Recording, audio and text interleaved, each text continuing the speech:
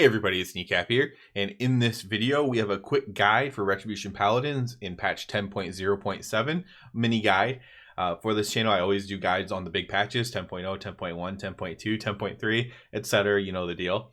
But I am going to do a quick guide here to help people out for these couple months before 10.1 hits, and try to give you all the information that I can in the most digestible way that I can. And as always, this is for high-end players, but I also try to make it for casual players as well. And I will try, it's always my goal, to not mention, well, just go simulate it yourself, and to try to explain stuff the best I can. Sometimes the best I can is to tell you to simulate something, but I do try to keep both ends of the spectrum in mind when I do this. So this is going to be a PvE guide, if I didn't already mention that. PvP is completely other beast, although Ret and PvP appears to be quite fun after this rework. If you've been with me for the rework the whole time, a lot of this stuff you'll probably already know. This is stuff we've been figuring out through testing on PTR, through hard work of people that do the API for like raid bots and stuff like that, and just general work by many Ret Paladins and all their time that they're dedicating to learning stuff. Let's first start with probably one thing that I get questions about the most, and that I see people questioning the most, and they always want to know what stats they should use. What stats should they be putting on their gear? Now, this is a bit of an antiquated thing in many cases. Now, for some specs, it's not, of course, but it is a little bit more pertinent now to Ret Paladins. So what we had with this rework is we had devaluing of two of our stats. Haste is devalued because, at least currently, Templar Strike is a strong ability, and you don't need a lot of haste when you use it because you always have something powerful to press, pretty much. When you're doing like a raid fight or a Mythic Plus fight or whatever, you're always going to have something to press for the most part because of Templar Strike and then Templar Slash, the combo that it becomes. And so haste is very much devalued. Now with high haste, you could technically run the other talent where you do auto attack damage. However, because they nerfed it, it just doesn't work out that that's better. Even with a ton of haste, the auto attack thing is worse than Templar Strikes with very low haste. So haste is completely devalued because of that. Mastery was also devalued because it was reworked how it made. Now, previously, only some of our abilities benefited from Mastery. Now, all of our abilities benefit from Mastery, but it's extremely nerfed, therefore, and possibly over-nerfed. So Mastery is not super strong for us. If you look over at my stats, despite all my gear, I have very low stats overall. Part of that's because of a ring, and we will get to this ring as well in this guide. But we see 20% crit, 24 haste, 17 Mastery, and 18% verse. Now, at this low of Mastery, at only 17% Mastery, Mastery is starting to gain a little bit of value for me.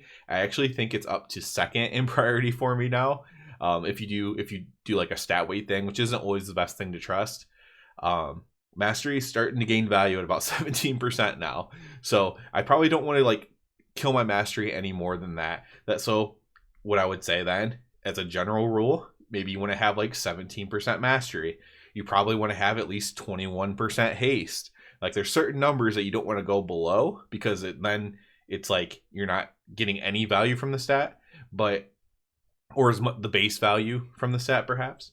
But yeah, the actual stat order is verse first, crit and haste are about equal, and mastery is your lowest value again because they devalued it in general in their coding, right? So that is generally the way to go. So if you want to know what to put, so if let's just say you have your gear, you don't sim it at all, you're not doing anything like that, what should I put my gems? What should I put as my enchants, which we will talk about that as well. You should probably put verse on them. Verse is your overall best stat. What that generally means is that none of the other stats do anything for you. It's not that verse is good, it's that the other stats are just bad. And that's not necessarily good design either. But it can work out in your favor if things are tuned high.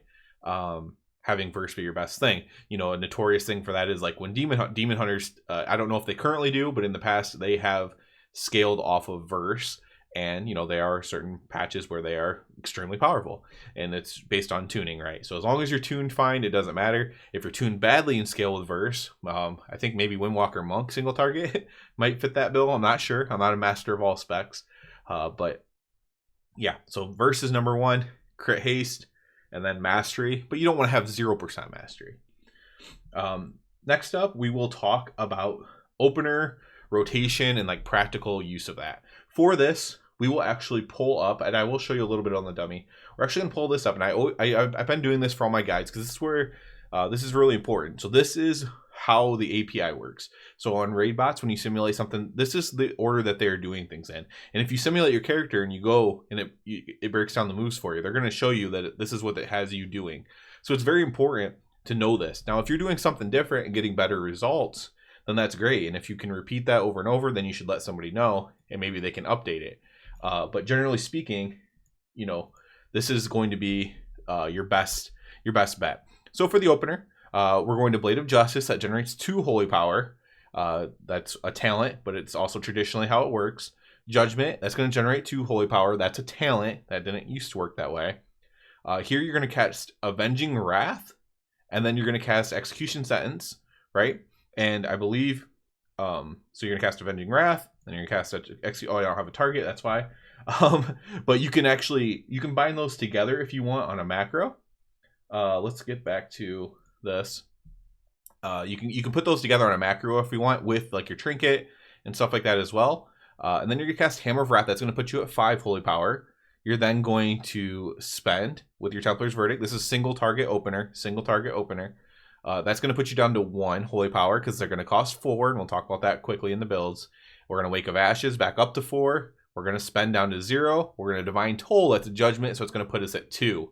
And then you continue with regular priority. So that's using all of our strong abilities up front, and we're going to continue with regular priority after that. So it's important to talk about regular priority. Regular priority is Avenging Wrath, obviously, when it's up. Execution Sentence, so those can always go together because you always want to use them right after each other. Templar's Verdict, and you want to be at 5 holy power as much as possible. This is very important. That goes with the practicality I'm going to talk about. Wake of Ashes, when you're at 2 or less, of course, because it's generating 3. Divine Toll is next. Hammer of Wrath is your most important move that's not like one of your big time moves, one of your moves that have a long cooldown. I guess Templar's Verdict doesn't have a long cooldown too. That's not your primary spender or not one of your big moves. Divine Toll, you need to be pressing that button a lot when it's up. Templar Slash, if it's about to expire, we'll talk about this in practicality. That means, and we'll get to it. Blade of Justice, 3 or less holy power. Obviously, you don't want to overcap. Judgment, 3 or less. And Judgment debuff isn't up. Now, Judgment is not a good button to press. You don't want to judge unless a Judgment debuff is up. As long as you have a Judgment debuff up, you don't press it. Now, practically speaking, you're going to be spending quick enough to where you can pretty much press it on cooldown, but you don't want to like press it over the other things if the Judgment debuff's already there, essentially. Maybe you have, 2 because you've your High Lord's Judgment talent. You don't want to just press Judgment because it's ready to press, because you already have Judgment debuff on there. Even if you spend one of them, right, you have 1 left. You don't want to press your Judgment again unless that's about to run off or it runs off or you use it. Templar's Verdict, got 4 holy power. And then Templar Strike, which then opens up your Templar Slash. So Templar Strike is kind of like your Crusader Strike. You're only pressing this when you have to. Now you do want to use the Slash though. So it's important here, and we will talk about practicality right now of this while we're here. So Templar Strike, we're pressing this like our Crusader Strike in the past. And now it's going to open up a Templar Slash, which you can see is pretty powerful. It's right after Hammer of Wrath. Now, if you are really struggling with this, consider Templar Strike a 2 holy power ability. Never press it for 1 holy power. Press it for 2 if you're struggling. Templar Strike and then just Templar Slash right after, at least while you're learning, right?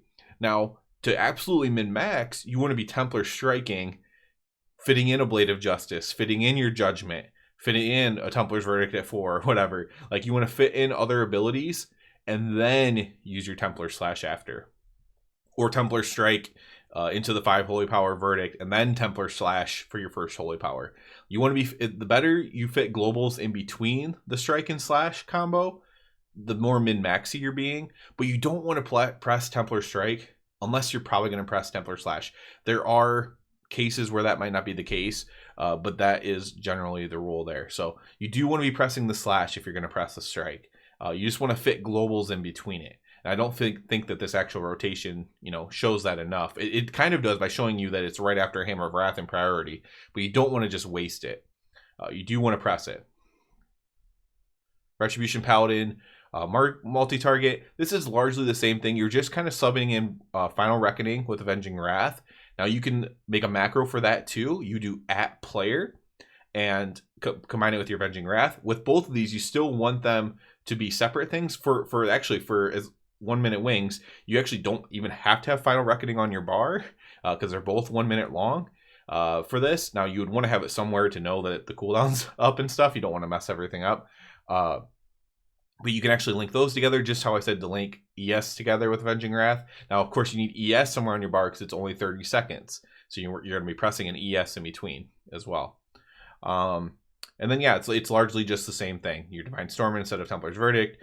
But yeah, it's largely the exact same thing, except for you are just subbing in Final Reckoning and you're subbing in Divine Storm for Templar's Verdict. So the other practical thing I just wanted to mention too with this, we can close out of this now, is just to make sure you're using your ES every time when you're on single target. You want to just have these things rolling out.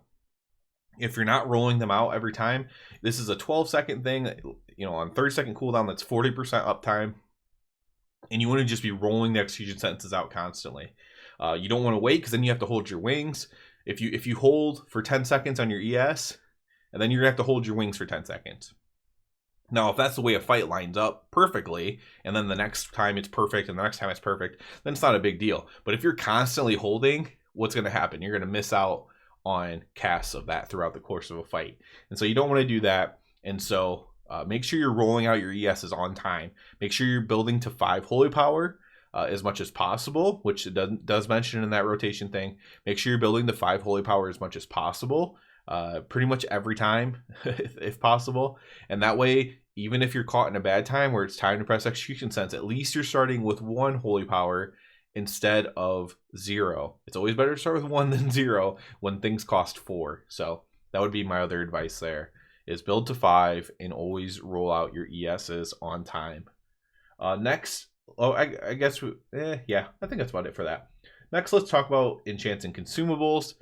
For enchants, a lot of it's the same. You want to enchant like your rings with verse, right? You want to use verse gems. I'm using verse and crit in most of them. Now that could change as you simulate. It could be verse and haste, verse and mastery, depending on what your stats are at. You're going to want to, you know, change that up. But verse can generally be the #1 stat on the gem. Boots is your choice. For your legs, you want the fierce armor kit. For your weapon, this is a change. We want Sophic Devotion now. It sims better than Frozen Devotion. Frozen Devotion was before this. Sophic Devotion is simming better now. You know, some people wondered why it didn't sim better before. This is giving us strength, and I guess I would be remiss to say this is probably the perfect time now to bring it up since I didn't mention it. Strength is your #1 stat. Sometimes that can go without saying, but strength is by far your #1 stat. You want strength on everything. So item level is good. You want strength, then you want verse, haste, crit, mastery. Main stat good. On bracers, that's your choice on enchant. For chest, waking stats. Cloak is your choice, and yeah, that's the enchants. So as far as consumables go, for raiding environments, you're going to want to use Tepid Versatility.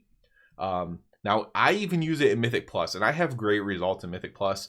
Honestly, I put my Mythic Plus against pretty much anyone else. I look at other people's Mythic Plus logs, other people's stuff. I think I do just fine because there's a flask that does, you know, specifically AoE stuff. But I just use versatility for everything. Now that verse is a good stat, it's even better. But I use versatility for every content, but you definitely want to use it in a raiding environment. I suggest using it for every PvE environment. So file, it's called file, it's having versatility. For your weapon, the blazing rune that gives you crit is generally going to be the best one. Now, if your crit's super high and haste is a better value, then you might want to go back to using howling rune for haste on your weapon, okay? So generally speaking, it's going to be buzzing rune, but then howling rune if you already have like a way too much crit somehow. Maybe your rings or something have way too much crit on them, and so that ends up being the case. For your super gem, or whatever you want to call it, the crafted gem, you just want your primary stat plus verse as your gem there. And then for food, you want strength food, strength #1. So that's either the feast that might be put down in raid, or you can get you can get like these little cracker things that give you strength as well. And so you want the strength food for sure. For potions, same thing. Potions of ultimate power. And you can use the really, really good ones, or you can use the regular ones. But you do want, which is just regular potions of power. Or you can get the ultimate ones crafted. And those are going to be your best potions there. So it's food potion. I think that's everything as far as putting on your gear and on your character. Let's go ahead and talk about trinkets really quick. So the trinkets that are simming the best are trinkets that do direct damage. So things like Grief Torch. I only have a heroic one, and I only have a heroic one of the tornado one as well, the Storm Eater's Boom. So these sim really, really well, and that's because they scale with versatility, and you know, theoretically we have a lot of verse because you're enchanting it and gemming it in your gear. So scales good with verse. They work really well. Same thing with like tanks, right? Grief Torch is always good for your tank because they typically use a lot of verse. So those are really good items. Now for me, because I only have heroic, my Grief Torch is barely better than some of my other stuff because it's only 411 and I have higher eye level trinkets. And my Blazebinder Hoof at 415 actually simulates better than my 408 heroic whatever it looks like. It's not Dathia's trinket, but it look you turn into that Storm Eater's Boon. So it sims better for me, so that's why I'm using my Blazebinder's Hoof instead. It just sims better. If I had a mythic one, then I would be using the mythic one instead. But that's where I'm at with that. So you want to use generally on use trinkets. A lot of the same trinkets are still good though. But ones that do direct damage are really good. But pretty much every trinket is still pretty decent. There's like Trampling Hooves is still pretty good. A lot of the ones that were good before are still pretty good. For AoE, obviously then, if it's good for single target, the Storm Eater's Boon's also still really good for multi-target. There's issues using this trinket. I understand. You don't have to, like, I get there's a lot of issues for that. Rumbling Ruby, which I also have, is also quite good for AoE. It's actually decent for single target as well, the Rumbling Ruby trinket. So I would generally say simulate these, but most of the trinkets that were good before are still good, and some of them are just like even better now than what they were before. But most of them that were good are still good as far as trinkets go. As far as embellishments go, now embellishments are a tricky one because some stuff has changed because of fire damage that we can do in other ways with more radiant damage. With this new ring that came out that you do fire damage with or can do fire damage with. The Frostfire Belt's not really needed if you have the Earnog ring anymore. So Seal of Dareness Chosen, it's an Earnog, the Earnog ring that does fire damage. It also has a ton of versatility on it. If you're lucky enough to have one of these, you're obviously probably using it. And I'm lucky enough to have a mythic one. And so the Frostfire Belt loses a lot of value. Now here's the thing. When I simulated all these, before, in 10.0, in the beta, whatever, the embellishments are not that much different from each other. There is a variance, but it's very low. If you don't want to recraft before 10.1, I would just say not to. It's not a big deal. So I'm using the weapon one with the extra strikes, and then I'm using because I have a crafted weapon, and then I'm using the Frostfire Belt as my two embellishments. A lot of people, you might see them using Lariat and Wrist. Those are also fine embellishments. If you have those on, you keep those.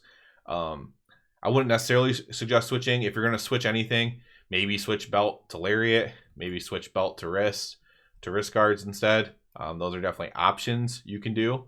But yeah, it's not a huge deal. Embellishments are not that big of a deal. I've seen people asking questions about it. It's very low amount of your damage, right? And there's very low variance. So we're talking minuscule amounts of DPS change. As far as talent builds go, and we'll go over three. I don't know how I can say real quick, but we'll go over 3 talent builds here. First, we'll start with single target. For single target, the only one you're not going to be able to see because my camera is Seal of Order. We're going to be taking Seal of Order because it does more damage. Fading Light's a very good defensive talent, but we are talking about DPS here and how to do the most DPS. So we're taking Seal of Order in all of these. You can't see it, but we are taking. You can see the tooltip though when I scroll over it. So Seal of Order for all of these. Over here at the top, it's largely your choice, right? There's only a few that actually give you damage. You want to make sure you have Holy Aegis. You want to make sure you have Greater Judgment, Justification, Avenging Wrath. Crusader's Reprieve. You do want to make sure you have Sanctified Plates because it's so strong. And then down here for single target, for straight single target, you just kind of make like a little house and you leave Divine Purpose out of it. And you go down the sides, and that's generally going to be down here at the choice node. It's worth pointing out Divine Resonance is the choice there. It's just a better talent. And so that's where you want to go for single target. When we come over to the ret side, it's a little bit more nuanced, but this, if you've been with me throughout the whole thing, this is going to look extremely familiar to you. So we'll go over some points that are worth pointing out. Here we're going to turn reduce the cooldown of Judgment. Why Judgment over Blade? Because we already have a possibility of Blade resetting. So now we have lower Judgment and Blade resets. It's just better. Expurg, I'm going to skip over that. We're going to take Holy Blade, which is keeping your 2 Holy Power on your Blade of Wrath. Final Verdict for single target damage. Guided Prayer. That is your choice, though. I don't think Guided Prayer is working correctly. At least it's not working the way that I was assuming it would work. I'm not sure on that, though. I would like to defer to somebody who's maybe poured over some logs on that. But I do not think Guided Prayer is working the way I thought it would. Art of War instead of Righteous Cause here. As we go down the next row, Jurisdiction. It's going to give us extra range, which is really nice, and a little bit extra damage. Skip the next choice node. Obviously take Shield. We're going to take our Vanguard's Momentum for execute damage. We're going to skip over Zealot's Fervor. No real need for that with Templar Strikes. Rush of Light for the extra haste. We're going to make our Judgment cost 2. We talked about this earlier. Or not cost 2, but generate 2. We're going to take Templar Strikes. We already talked about how to use Templar Strikes. Divine Wrath to extend our Avenging Wrath. We're going to take Consecrated Blade. That way we're still casting Consecration, but we have one less button to press and one less global to worry about and fit other things in. Because, you know, this is a good global to spend now, especially if, as long as you're getting off your slash, this is a good global to spend now, whereas Crusader Strike in the past was not a good global to spend. Empyrean Legacy. Down here, Vanguard of Justice. So I mentioned this briefly. This is a new talent. It makes our abilities cost 4 Holy Power. It makes them more strong. And actually what it turns out is the real value in this is that you are you're spending less globals on your spenders, which is more globals on your builders. And it ends up being that with that plus the little bit of increased damage from it. Now this has been nerfed heavily since its inception, but it's still the go-to talent and it's still a very good talent to use. Heart of the Crusader, this was bugged. It's working properly now. It's even better talent than it was before. We're going to take one thing of High Lord's Judgment. Sometimes this comes up because of your divine resonance and pressing judgment. It's nice to be able to make that mistake and not have it be too big of a deal. Have 2 things of judgment on the target. And then we're going to run 1 minute wings here. That's the best thing right now. I could see this being tuned in a different way in the future, perhaps. Or maybe as stats go up and up and up throughout the expansion, maybe Crusade gets better. We'll see there. We're going to skip over that. That's a cleave talent. We're going to skip over this talent as well.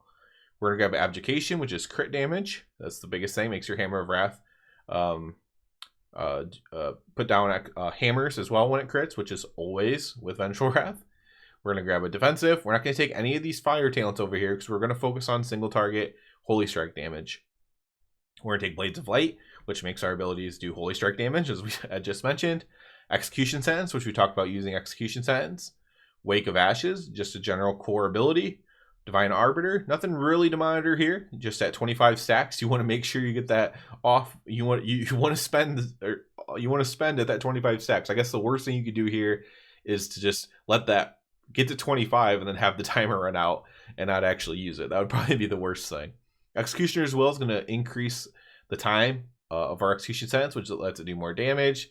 Seething Flames is just going to do more raw damage going straight up single target.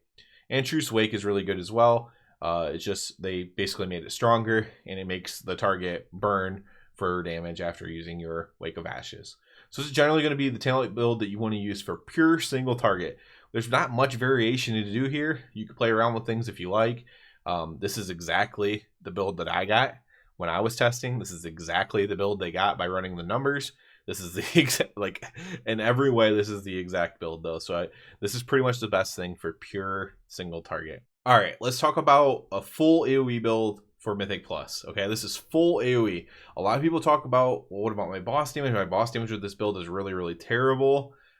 Fair enough. But this is like a full AoE build for Mythic Plus specifically, right? Now there's one difference that I'm basically making from like the actual build that you might find online or something, like if you go to a guide, but it is making it a little bit more single target, but not much, to be fair. So over here, the only change different from single target to full AoE is going to be your Vengeful Wrath to Divine Purpose, and that's just because that's only a single target ability. While it's strong still, it's even strong for AoE. Divine Purpose is just a little bit better. The nerf to Divine Purpose, it's actually much more close than you might think, but it is a little bit better for full AoE. Over here, same thing. So the difference here is I am taking Final Verdict. I at least have Final Verdict for the bosses. I might not have anything else that amplifies it, but I at least do have my Final Verdict for the bosses. Again, it's not great single target damage with this build, but I do have it. Art of War, that's the same. We're dropping Jurisdiction. We're picking up Tempest of the Lightbringer. That does AoE extra Divine Storm damage. We are going to take Sanctify over Vanguard's Momentum. Not that good of a talent anymore. Consecration's extremely weak, but it is something. We're going to take that's the same. That's the same. Here we're going to go to Blade of Vengeance. Makes our Blade of Wrath AoE or cleave. Here, Vanguard Justice the same. We're going to drop High Lord's Judgment. Judgment is already a low priority ability on single target like we talked about, but it's even less priority on multi-target. So we're going to drop High Lord's Judgment. Avenging Wrath Might, same. We're going to go with the Cleave here, and we're going to go with the Empyrean Power here. We are going to take Abjuration for the 5% crit damage, and then we're going to take Penitence, all the fire talents here on the right side, Burning Crusade, and Searing Light, again for full AoE. Here we're going to take Final Reckoning and Wake of Ashes. So that's the same Final Reckoning for ES combo or switcheroo there. And then we're still going to extend as we did on single target, but we're extending our Final Reckoning duration instead. And here we're going to go with Truce Wake. Now I mentioned I think I mentioned Searing Flames, Seething Flames does more damage than what initially might have been thought. And so this is a talent that you might want to pick even in a full AoE build. I'm not sure what you would drop for it. Like if you were really full AoE, I guess you would just drop your Final Verdict for it. But Seething Flames is a little bit better than what any build I have is giving it credit for. Obviously I have it for the single target, but it's actually a little bit better for a multi-target than what was programmed in for it on the simulations. So it's worth monitoring that ability there. Let's go to a single target cleave type of a setup here. So we're focusing heavy on single target, and we're grabbing a couple AoE abilities. So what AoE are we grabbing with our single target? We're grabbing Tempest of the Lightbringer, more Divine Storm damage. We are grabbing 2 of the fire talents, and again, you might actually want to find something else to get rid of for Searing Flames now that it does more, because it is a good single target as well, and now it's also pretty good for cleave if these changes are correct. So that could be a difference here, but you're basically just switching around a couple talents. That's it. You're going from Final Verdict, like I had Final Verdict in my AoE build, and now I'm just grabbing Jurisdiction instead, and now I'm grabbing Blades of Light and Divine Arbiter. So this is single target focus with cleave in mind. This is single target focus with cleave in mind, and you can kind of do this. And then what do you think for AoE focus with cleave in mind? Then you do kind of the opposite thing, right? And so you obviously for AoE focus you do Final Reckoning instead, and it depends on how much AoE you really want to focus. It'd be heavy AoE if you take Searing Light, so you still might not take that. But for AoE with or for AoE single target cleave, single target's not cleave, but AoE focus single target or AoE focused cleave with single target in mind, it'd be a little bit different there. So it's a lot of minutia, it's a lot of talking. It's too much, I'm sure. The last thing we'll talk about here is the ring. So if you want to know about this ring, the Onyx Amulet, I currently have socketed what the best stones would be if there's not the weird interaction that's going on. And that is the Humming Stone, the Ice Stone, Freezing Ice Stone, and the Flame Licked Stone. So those are the best if they do fix the bugged interaction, which we're going to talk about. So you'll want to have these 3, generally speaking. This is still an upgrade over pretty much any ring you have for single target, right? And for any ring you have, it's going to be an upgrade for single target damage. You want this in, even with these stones. With the other stones, it's even more of an upgrade with the bugged or kind of weird interaction that's going on. You still want to enchant it with verse, of course. You're losing secondary stats, but our stats are not that important, as we talked about when we went over stats. So therefore, these gems are actually better. And again, that's Humming, Arcane, the Freezing Ice, and the Flame Licked as the general stones there. This is not a guide on how to get the ring and stones and like that. There's plenty of videos for that. I decided not to do one for that, for how to get the ring and stuff. But those are the stones you want to do. Basically, go to the Forbidden Reach, follow the quest line. Hopefully, it kind of makes sense from there. There are guides though on how to get the gems and how to get your ring. If the interaction remains broken, they decide not to fix it. You basically want to keep the Humming Arcane that's in my ring right now, but then you want to upgrade and have the Prophetic Twilight and the Bloodstone as well. Desirous Bloodstone. You want to swap those two in for the fire and ice ones. And these cause an interaction that's some people think is not intended, and so that could be nerfed. So I haven't actually even upgraded mine yet. I didn't want to waste the materials to upgrade them. But if they decide not to fix it, then I'll be taking these two, upgrading them, and switching them out for the freezing and the flame licked. So that's where I'm at on that. And that's how that ring basically works. It's very simple, straightforward. You just put it on. For AoE, it's a lot different. For AoE, if you have mythic eye level rings, or that's from your vault or whatever, it's going to be better just to use those. However, if you're like heroic or lower, heroic, you'd probably want to sim it. This first time I told you had to sim something. For heroic, you're probably going to want to sim it between it. Sim your ring versus the special ring versus your heroic piece. But if you're lower than heroic, then the ring's probably better for you in general, and you just want to wear it, right? So heroic or lower, but if you have a 418 or 418 crafted even, right, or something better from your vault, you want to then probably use that for AoE and only use your new special ring for single target. So obviously this is way longer than I ever would have wanted it to be for like this mini guide. It's gonna end up being very repetitive in 10.1, but maybe we find out more information. There's also tier sets to talk about in 10.1 as well. I didn't get into that here because again, this is going to be just 2 months here, and this is quite long enough. So if you stayed with me through this whole thing, or you just skip to the end to hear about the ring, as always, I do ask you to please subscribe to the channel because that helps me out a lot. Other than that, everybody have a good one.